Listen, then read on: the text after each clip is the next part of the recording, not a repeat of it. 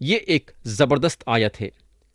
یہاں پولس رسول بولتے ہیں جو کچھ کرتے ہو محبت سے کرو۔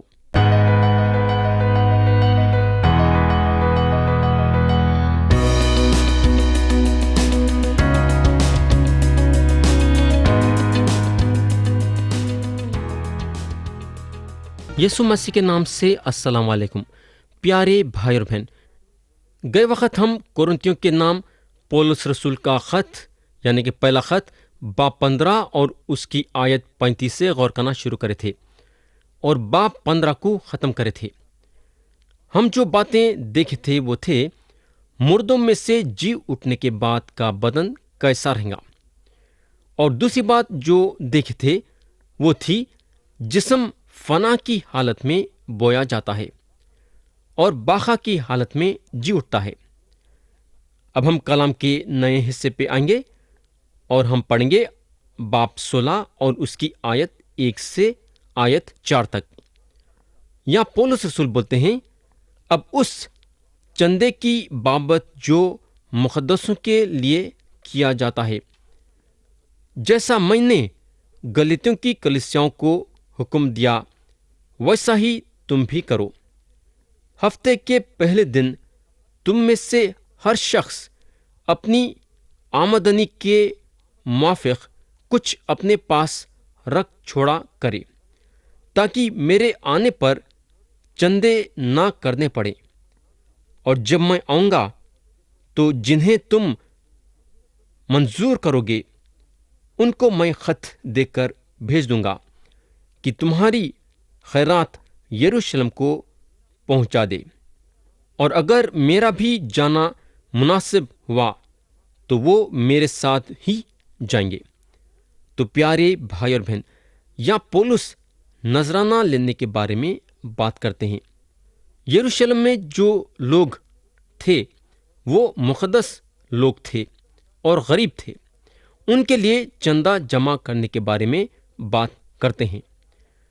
تھوڑے لوگ ہیں جن کا خیال یہ ہے کہ چندہ نہیں جمع کرنا، چندہ جمع کرنا دنیا داری کی بات ہے۔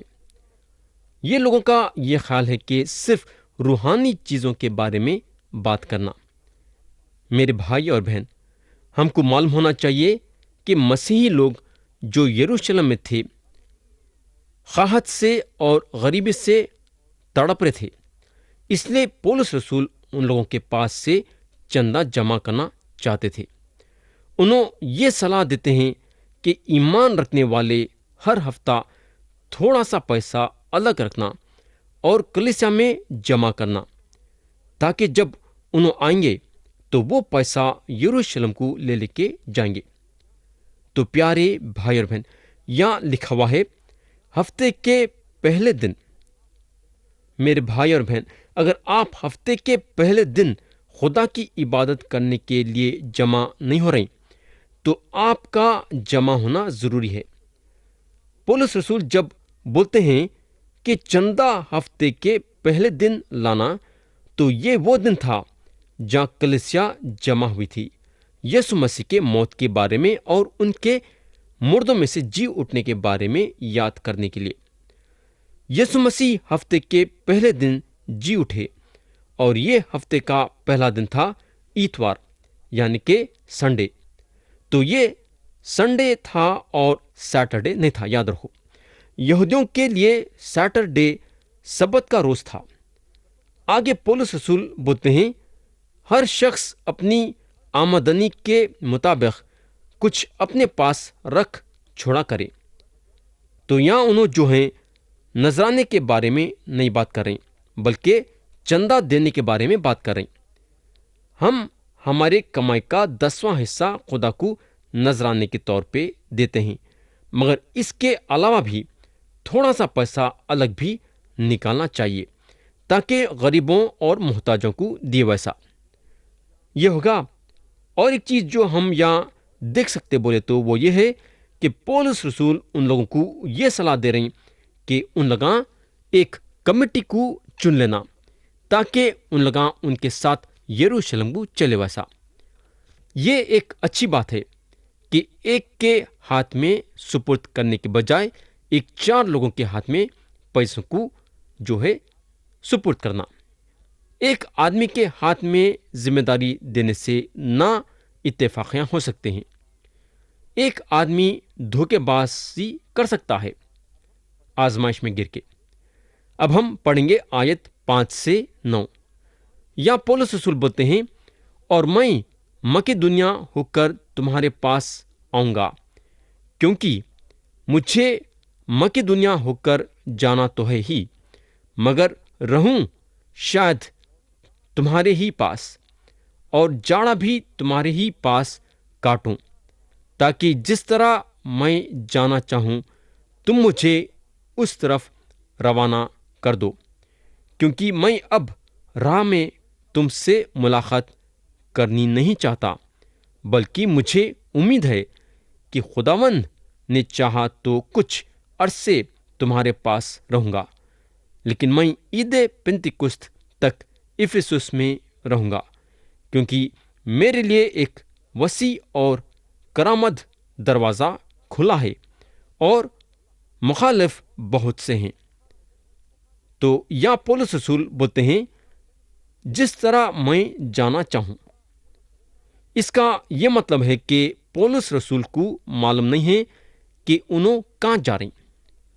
سوال یہ پیدا ہوتا ہے کہ پولس رسول کو کیا یسوع مسیح کی طرف سے بلو پرنٹ نہیں ملا کیا کہ ان کو کہاں جانا ہے، کیا کرنا ہے، کیسا کرنا ہے؟ نہیں میرے بھائی، پولس کو مسیح کی طرف سے کوئی نقشہ نہیں ملا۔ انہوں بولتے ہیں کہ یسوع مسیح بس ان کو قدم قدم پہ لے کے چلتے ہیں۔ تو انہوں یہ بات سے پکا نہیں ہے، ان کو نہیں معلوم ہے کہ ان کو کیا کرنا ہے۔ میں سمجھتا ہوں کہ ہمارے لیے بھی یہ ایک تشفی کی بات ہے، کیونکہ ہم کو بھی نہیں معلوم ہے کہ آگے چل کے کیا کرنا ہے۔ آج مسیح کی خدمت گزاری میں جو لوگ ہیں، ان میں سے کئی لوگاں یہ بولتے ہیں کہ ان لوگاں کہاں جا رہے ہیں اور اگلے 5 سال میں ان لوگاں کیا کرنے والے ہیں، مگر یہ نہیں ہو سکتا۔ خدا ہم کو قدم قدم پہ بتاتا ہے کہ ہم کو کہاں جانا ہے، کیا کرنا ہے اور کیسا کرنا ہے۔ آیت 7 میں پولس رسول بولتے ہیں، کیونکہ میں اب راہ میں تم سے ملاقات کرنی نہیں چاہتا، بلکہ مجھے امید ہے کہ خداوند نے چاہا تو کچھ عرصے تمہارے پاس رہوں گا۔ تو پولس رسول یہاں یہ بولتے ہیں کہ ان کا ارادہ ہے کورنت کو جانے کا، مگر صرف اس وقت جا سکتے ہیں جب خدا ان کو اجازت دیں گا۔ اب سوال یہ پیدا ہوتا ہے کہ کیا ہم ارادے نہیں کرنا چاہیے کیا؟ بالکل، ہم ارادے کرنا چاہیے، مگر ہمارے ارادے خدا کے مرضی کے مطابق ہونا چاہیے۔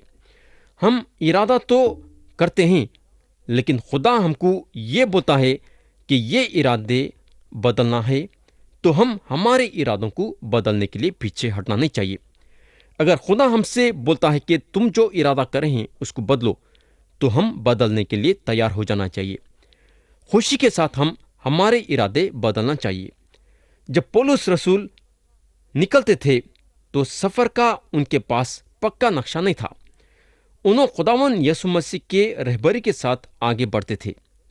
میں آپ کا توجہ آیت 9 پہ لانا چاہوں گا۔ یا پولس رسول بولتے ہیں، کیونکہ میرے لیے ایک وسیع اور کرامد دروازہ کھلا ہے اور مخالف بہت سے ہیں۔ یہ ایک اچھی آیت ہے جس کو ہم مکاشفہ کی کتاب باب 3 اور اس کی آیت 8 سے جوڑ سکتے ہیں۔ مسیح کی طرف سے یہ پیغام فیلڈیلفیا کے کلیسیا کے لیے تھا۔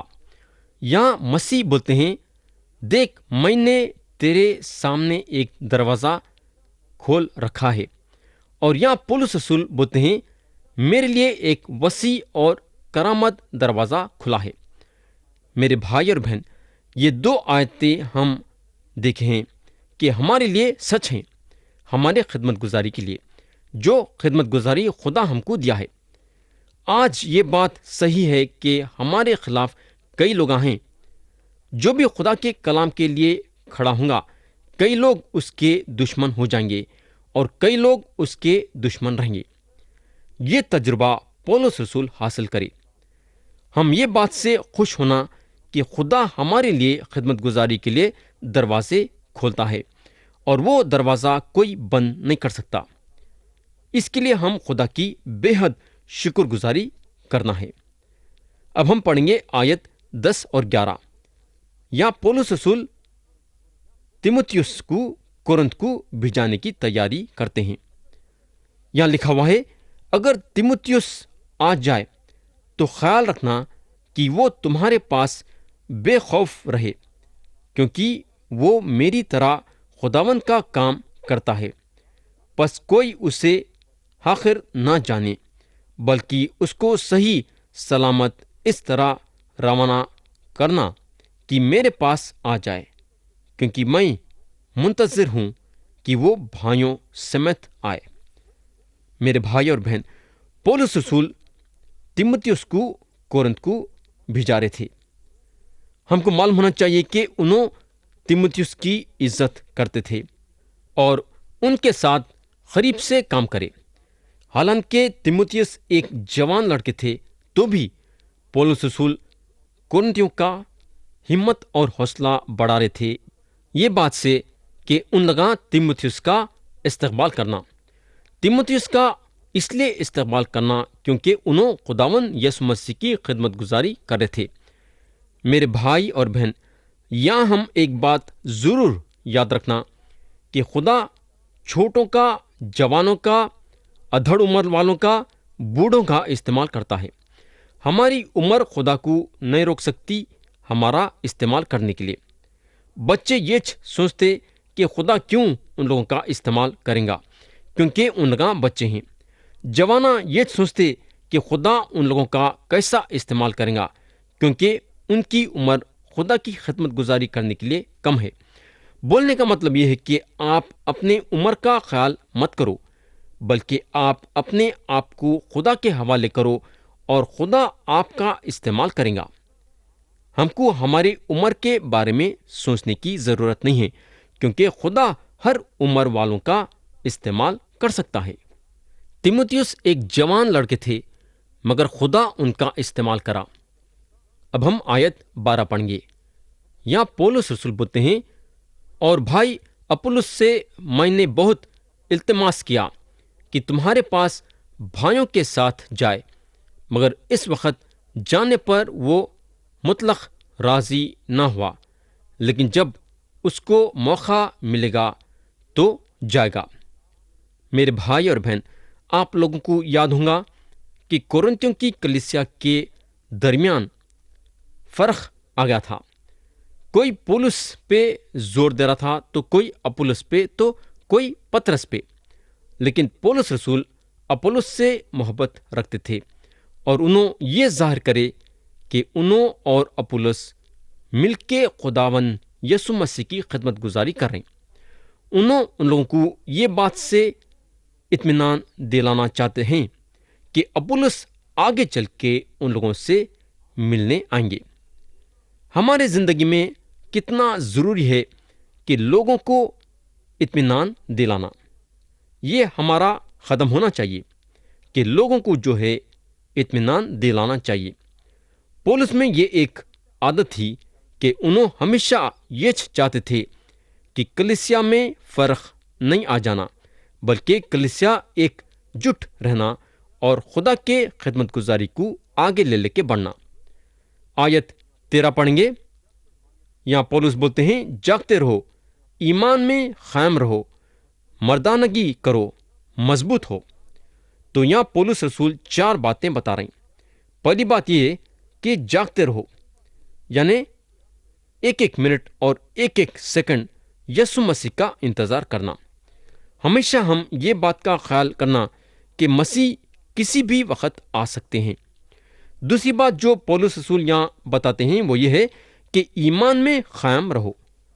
ایمان میں قائم رہنے کا مطلب یہ ہے کہ ہمارا دل و دماغ دنیاوی چیزوں پہ نہیں لانا، دنیا داری کی طرف لگ نہیں جانا، تو ایمان میں کمزور ہو جائیں گے۔ کئی مسیح بھائی اور بہن دنیا داری کے طرف اتنا لگ گئے کہ دنیا ان لوگوں کے ایمان کو دبا دی۔ مگر ایسا نہیں ہونا چاہیے۔ جب خدا ہم کو یسوع مسیح میں چنا اور ہمارے گناہوں کو معاف کرا اور ہم کو ہمیشہ کی زندگی دیا، تو ہمارا یہ فرض ہے کہ ہمارے خیال دنیا داری کی طرف لے کے جانا نہیں چاہیے، بلکہ ہمارا دل و دماغ خدا میں لگانا چاہیے۔ اگر ہم ہمارا دل و دماغ خدا میں لگائیں گے تو یہ پکی بات ہے کہ ہم ایمان میں قائم رہیں گے۔ جب ہم جاگتے رہیں گے تو ہم ہمارا دل خدا میں لگائیں گے، اور جب ہم ہمارا دل خدا میں لگائیں گے تو ہم ایمان میں قائم رہیں گے، اور جب ہم ایمان میں قائم رہیں گے تو ہمارے میں مردانگی آئیں گی، اور جب ہم میں مردانگی آئیں گی تو ہم دن با دن مضبوط ہوتے جائیں گے۔ اب ہم آیت 14 پڑھیں گے۔ یہ ایک زبردست آیت ہے۔ یہاں پولس رسول بولتے ہیں جو کچھ کرتے ہو محبت سے کرو۔ تو یہاں پولس جو ہیں محبت کا لفظ نکالے ہیں۔ یہاں انہوں ہم کو یہ صلاح دیتے ہیں کہ ہم جو بھی کرتے ہیں محبت کے ساتھ کرنا چاہیے، اور محبت کی کمی ہم کو کئی مسیح بھائی اور بہنوں کے دل میں دکھیں گی، ہے نا؟ اگر ہم محبت کے بارے میں خدا کے کلام میں دیکھیں گے تو خدا جو ہے اپنے کلام میں محبت کے بارے میں کافی زور دیا ہے۔ یہ اس لیے کہ خدا محبت ہے۔ تو میرے بھائی اور بہن، ہم اپنے اپنے دلوں کو جانچنا ہے، کیا ہم جو بھی کر رہے ہیں محبت کے ساتھ کر رہے ہیں کیا؟ آیت 15 اور 16 پڑھیں گے۔ اے بھائیو، تم اسٹیفاناس کے خاندان کو جانتے ہو کہ وہ اخیا کے پہلے پھل ہیں اور مقدسوں کی خدمت کے لیے مستعد رہتے ہیں۔ پس میں تم سے التماس کرتا ہوں کہ ایسے لوگوں کے تابع رہو، بلکہ ہر ایک کے جو اس کام اور محنت میں شریک ہیں۔ تو یہاں جو لفظ استعمال ہوا ہے وہ ہے مستعد۔ یہاں لکھا ہوا ہے مقدسوں کی خدمت کے لیے مستعد رہتے ہیں۔ تو یہاں پولس جو ہیں کورنتھیوں کو یہ بتانا ہے کہ ان لوگاں اپنے آپ کو ان کے حوالے کرنا جو ان کے پاس ان لوگوں کی خدمت کرنے کے لیے آتے ہیں۔ اب ہم آیت 17 سے 19 پڑھیں گے۔ اور اسٹیفاناس اور فرتوناتس اور اخیکس کے آنے سے خوش ہوں، کیونکہ جو تم سے رہ گیا تھا انہوں نے پورا کر دیا، اور انہوں نے میری اور تمہاری روح کو تازہ کیا۔ پس ایسوں کو مانو۔ آسیا کی کلیسیاں تم کو سلام کہتی ہیں۔